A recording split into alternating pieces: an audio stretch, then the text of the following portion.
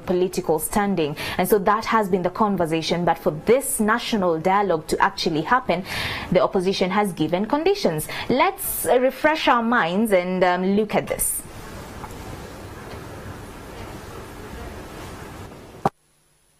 As political leaders, we see the crisis, we see the need for dialogue, but we want to be sure that the dialogue, again I repeat, is serious, is well prepared, genuine, and can bear fruit. Willing to backtrack on any of their demands. The majority of the people want to see dialogue. And we also think dialogue is good, but it must be premised on the conditions that we have put. These are not new conditions. I think they've been outstanding for the last since. So in studios to break that down and to see if the opposition will stick by this is Madam Sarah Aperu, who is the spokesperson of the FDC Women's League. Welcome to the show, Madam. Thank you. So we have the opposition that came out and said that we have 7 conditions for this particular national dialogue. Of course, the national dialogue is set to actually happen in June 2019. This is next year. And of course, between 21st and 23rd of November, there will be the launch of the activities leading up to that particular national dialogue, and the president will be the person actually presiding over the launch. But the question many people have been asking, and this we've been seeing over social media and also whenever we are on ground, is this time round with the FDC coming together, forming one force and giving off conditions as a unit, will they be in a position to put up a united challenge this time round? We've seen the opposition doing this before. There's the TDA that also collapsed. What are the chances of them standing by their word and working as a team? Thank you very much. I'm excited to discuss about the impending the dialogue. I'm a little bit skeptical about it, because the Mr. Museveni that I've been studying all the time, has been in power, does not have the history of having dialogue. Even when he tries to have dialogue, I know you have seen this before, when there was war, during the wartime, when they had the peace talks in Nairobi, went for the peace talks, and people were convinced maybe he's going to talk peace, but he had a gun in his other hand, hidden behind. So he doesn't have the history of having dialogue, and I wish them luck, but as far as I know him, he can only go into dialogue when he has it, when it's either me, I either win or you lose. So that's the kind of atmosphere that is there. But about opposition coming together as a formidable force, that one has always been our desire as FDC. And everybody who is genuinely in opposition knows that you cannot put up a formidable force as opposition if you are not united, because the person we're trying to tackle, or somebody we're trying to dialogue with, has so many advantages on his side. He has the advantage of incumbency, he has the money to use to manipulate people here and there, he misuses the police to frustrate opposition. He many times uses the army. I hope you saw what happened in Shema on all the by-elections. He misuses the army to suffocate opposition. So unless we come together, really, we cannot have any meaningful dialogue with him. So I'm happy about this, and I hope it will stick. Let me ask you a question. Of course, during the 2016, actually running up to the 2016 general election, we saw the opposition coming together, forming the TDA, and this TDA collapsed because of interests, individual interests. Everyone wanted to be the person to, carry the flag. This time round, when it comes to negotiations, sitting down and having dialogue with the ruling party, the question is, and what many people are asking is, what are the chances of the opposition sticking together this time round? Of course, we really don't know what glue you're going to use this time round to ensure that you stick together. But what are the chances of that happening? We've seen you people falling apart before. It's good you have talked about people having self-interest, and also the person you're trying to dialogue with. It does not have the political will to leave power. So I do not think he can succumb or support anything to get him out of power, because one of the conditions we are giving that is that for any dialogue, meaningful dialogue, it should be to see how he exits. But him, I think he wants a dialogue whereby he stays longer. So with that kind of person, he will use everything at his disposal to suffocate, to manipulate the people who are taking part in dialogue. Some of the things he uses is money. The other thing I've talked about really is self-interest. Sometimes you see us in opposition and you wouldn't know the reason of being in opposition. Some people are there for self-interest. How do I benefit? But not for the bigger picture. So those are some of the issues that we have as opposition, to sit down, sit on the drawing table and know what we want and where we're going and how we're going to get there. But then if it's about me, either me or not, then that one's a hurdle that you have to jump over. But as long as Mr. Museveni is part of this, he's going to use everything he possibly can to see that he manipulates all those people. And then you see divisions. Many of the divisions you are seeing in opposition really are caused by external forces. What are these external forces? Especially from the ruling government. It will come to DP, divide them up. You have the good DP, the bad DP. It will go to UPC. UPC is almost and there, they're trying to do the same things with FDC. So that is number one agenda, to divide the opposition. They do not like us to unite, and they know they cannot deal with a united force. But the question many have been asking is, most of the times the opposition blames it on the ruling party for the division that is happening, the rift that is happening within opposition. But we've been seeing even the individual parties in opposition not working in unity, fighting among themselves. What do you have to say about that? Sometimes it's a composition of issues that really makes us not work together. One of them, like we've said, is self-interest. The other is egos. It must be me. Oh, if it can't be me, then nothing else. And then this bigger factor, external factor. It's the bigger factor? Yeah, it's the external factor. The NRM is not going to have sit by to see a united opposition.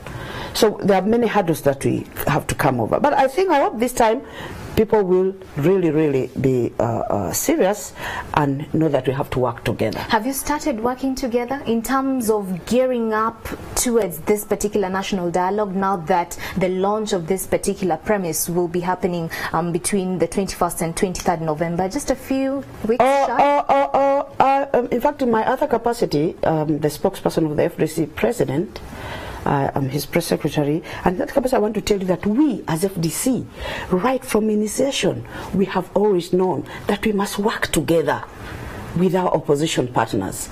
I hope you remember during the G6 time, we called our other parties, the UPC, the DPs, and we're working as a team. Unfortunately, they kept on dropping off, and we said we shall be the last to leave this G6. But the question and we're the last. But then we tried again. We tried again, and the IPC.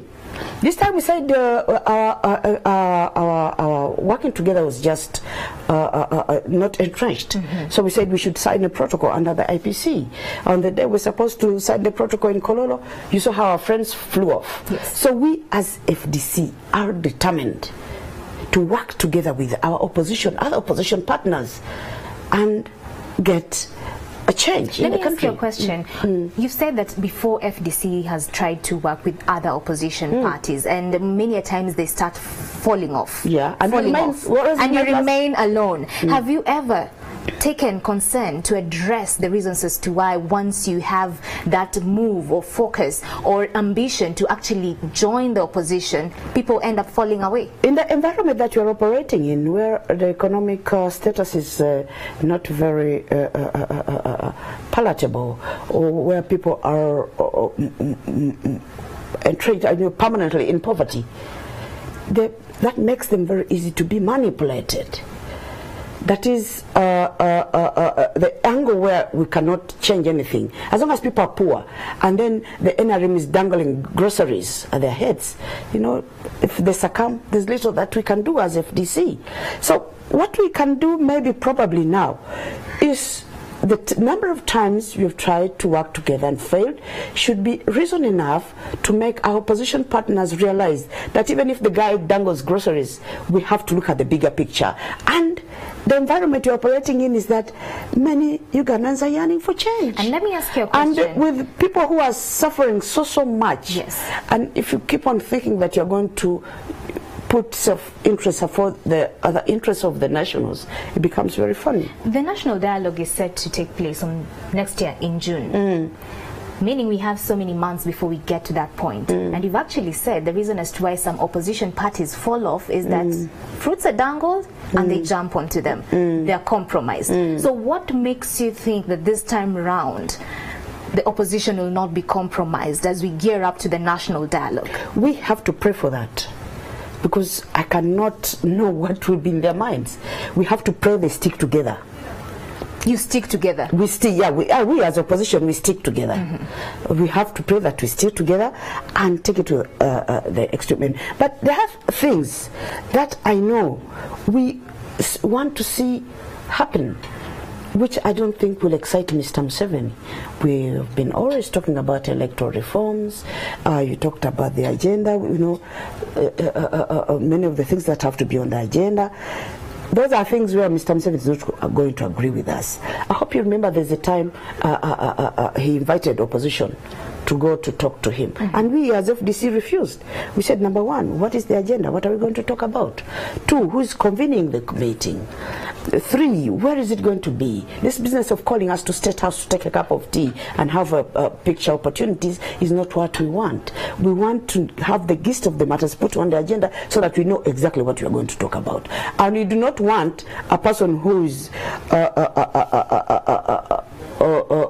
the biggest problem in the country to be the convener. You cannot have you be the chairperson. So those are the things that we have always thought about, even in the first time where we should have gone for the for a dialogue with the president. The DP went and other parties went, but us we stuck. So it's good now they have realized that our point was the right point. We need to agree on what we are going to discuss. And let me ask you, what do you expect to be the outcome of this particular dialogue? It has to be prayers again, because I wish I knew what Mr. Museveni's intentions are. But if you think he's going to talk about anything to touch his power, you know, with Mr. Museveni you can do any other thing. You can steal as much money as you want, you can do, or you can kill. But the moment you talk about issues about his chair, he's leaving the presidency, things are not easy. But let me ask so I do not know what the outcome with you will be, because I don't know what is in his mind. If he has political will to peacefully leave power, maybe we should expect something positive. But as of me, let's give it a try. The FDC Women's League has a major role to play with regards to putting the party together. We've been seeing a rift within FDC party. What's happening? What should we expect? Should we be expecting? Of course, you command a huge following in the country, but with the recent rift and divisions, the divorce that FDC is undergoing, you risk losing a lot of supporters. What's your intention? What's your move? Of course, we know women. The Women's League has power to join or divide a party. I do not know why you, the media, really want to create a storm in a cup of tea. I do not see that rift in FDC unless I'm blind. What is happening now, I know you are referring to the departure of one of our own, General Muntu. This has happened before. You have had more powerful people leaving the party. I can give you an example. The late Ria Kategaya was in NRM. He came to FDC, left, went back to NRM. The late Wutime was in NRM, came to FDC, went back. And the party remained strong. There was also a lady, a very powerful lady, Betty Kamya. You know, Betty Kamya was a huge force in the party, I must accept, in the formation and the sustaining the party in the initial state, yes. But at a certain point in time, Betty Kamya chose to shift and the party went on. So, with Janamuntu, especially in the kind of setting we have in a multi-party dispensation where people are free to choose to switch parties, I do not think it's a big deal. It was his desire. We are not in a one-party system that people really have to be tied in one party. So if he chose to go with the reasons he gave, we just have to say thank you for being with us and wish you every luck. So what you're saying is the party is still strong and oh yes, the party is still strong and activities are going on. I just came back from my district. I come from Ngora. I'm a chairperson of FDC Ngora, and most of the time I stay in the rural areas. We are going ahead with the campaigns. We are rejuvenating our structures. We are having many, like us in the Women's League. We are going ahead with a campaign to reduce the number of women who are dying at childbirth by giving women mama kids, providing the school-going girls with sanitary pads. So things are going on normally. If one person goes away, I know people think the party will be shaken, but it's not a real big deal. You say the party is not shaken, and many pundits actually say that the reason as to why FDC lost the seat in Shema North on Monday was as a result of that particular rift that you've been seeing.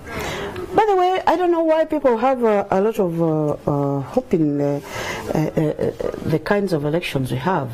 I do not know why they should use it as a yardstick to determine how strong or how weak a party is.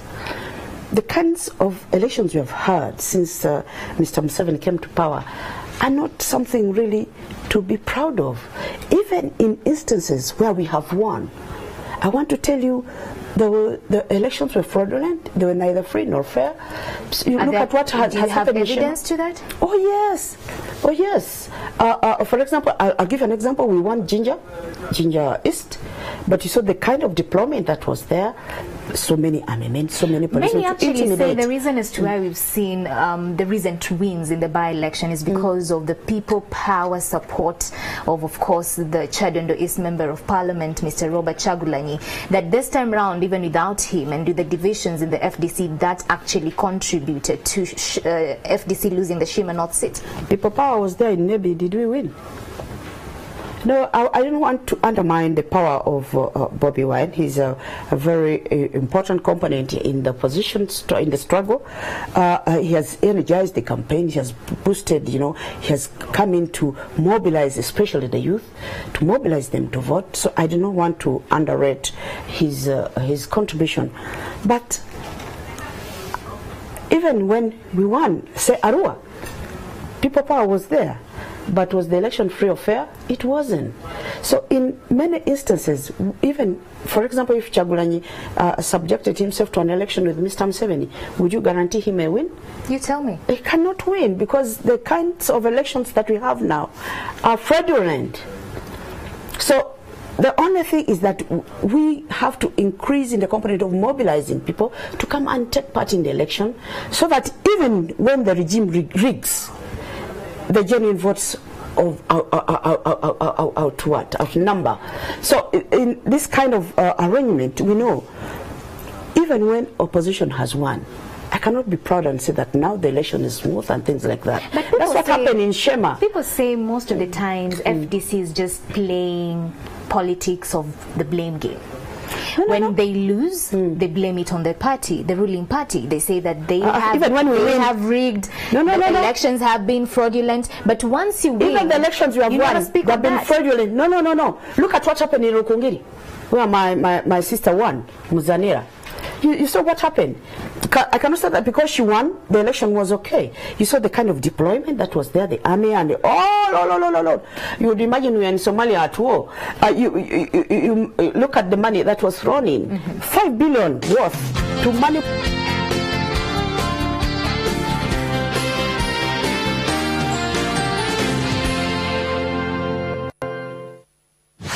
Politics bamuje mu security eggwanga lyaffe ligenda kukola ki kufuna obuzibu nze omuntu wa wansi atuula wansi ku ttaka ssebo nze ngenda okuweerera omwana oyo ng'onzimbidde essomero lya kalina naye ne gavumenti oba eri munkwe etubuzaabuza tekutula eri awo tulaga eno tulaga eno esayidi katale esayidi katale akati abantu ate koona abantu basalinga badde eno nga badde eno emmotoka zibakoone awantu atwaka gavumenti etekawo sente we tulaba